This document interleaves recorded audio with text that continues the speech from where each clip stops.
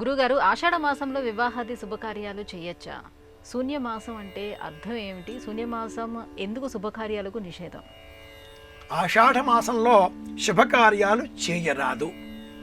ఈనాటి కాలంలో 1-2 చోట్ల వివాహాలు కావడం కానీ, లేదా గృహప్రవేశాలు శుభకార్యాలు కొన్ని చోట్ల జరిగినవి అనే దృష్టాంతాలు కనిపించడంతో పలువురిలో చేయవచ్చునా అనే ఆలోచన కూడా కలుగుతున్నది. గమనిస్తే ఈ దేశం, మన దేశం భారతదేశంలో జ్యోతిష విధానంలో నక్షత్రాల కదలికలను లెక్క పెట్టేటటువంటి విధానాలు 9. అందులో 3 విధానాలు ప్రత్యేకం.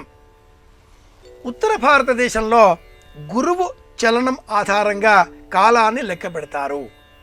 దక్షిణ భారతదేశంలో తెలుగునాట చంద్రగ్రహం కారణంగా లెక్క కొనసాగితే, తమిళనాట సూర్యగ్రహం కారణంగా లెక్క ఉంటుంది. ఉత్తర భారతదేశంలో గురువు కారణం, అలాగే ఉత్తర భారతదేశంలో పౌర్ణిమ నుంచి పౌర్ణిమ వరకు లెక్క, అమావాస్య నుంచి అమావాస్య వరకు లెక్క కాదు. ఇలా ఆ క్రమాన్ని గమనించినట్లయితే ఆషాఢ మాసాన్ని శూన్యమాసం అయినప్పటికీ పౌర్ణిమ వరకు శుభకార్యాలు నిర్వహించవచ్చు అని ప్రమాణం.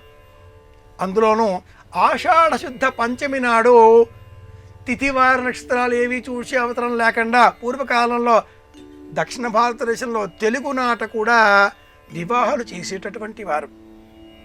శూన్యమాసాలు 4: మిథున ఆషాఢం, కన్యా భాద్రపదం, ధనుఃపుష్యం, మీన చైత్రం.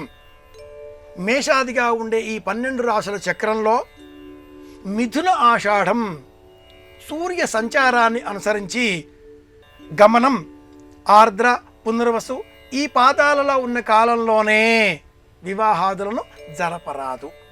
అలాగే కన్యా భాద్రపదం, ధనుఃపుష్యం, మీన చైత్రం మొదటి భాగంలో చేయవచ్చును, రెండవ భాగంలో చేయకూడదు అన్నారు. వీటికే శూన్యమాసాలు అని పేరు. శూన్యమాసాలలో శుభకార్య ఎందుకు వశం చేయకూడదు అంటే, ఈ శూన్యమాసాలలో మన్మథ సంబంధంగా ఉండేటటువంటి స్వభావాన్ని పరమేశ్వరుడు అంతం చేసిన లక్షణం మిథునం, ధనుస్సు ఈ రాశులకు ప్రత్యేకం. అలాగే శుక్ర సంచారం మిథునంలో ఉన్న కాలంలో విశేషంగా వైవాహిక సంబంధాలు చెదరిపోతాయి, కుదరవు. భార్యాభర్తల మధ్య సంబంధాలు చెదిరిపోయేటటువంటి కాలం కన్యా రాశి, కన్యా లగ్నం, కన్యాకాలం, కన్యా భాద్రపదం కనుక శాస్త్రం ఈ మాసాన్ని శూన్యమాసం అన్నది. కన్యామాసానికి 180 డిగ్రీలలో ఉన్న కారణం చేత మీన చైత్రం కూడా శూన్యమాసమే. అయితే మీన చైత్రంలో ఉపనయనాలు చేసుకోవచ్చు, ముండనం నతు మండనం అని శాస్త్రం. ఇలా మిథునాషాఢం, కన్యా భాద్రపదం, ధనుఃపుష్యం, మీన చైత్రం ఈ 4 శుభకార్యాలు శూన్యమాసాల పేరిట చేయరాదు అనేది జ్యోతిష శాస్త్ర నిబంధన. ఇది రహస్యం.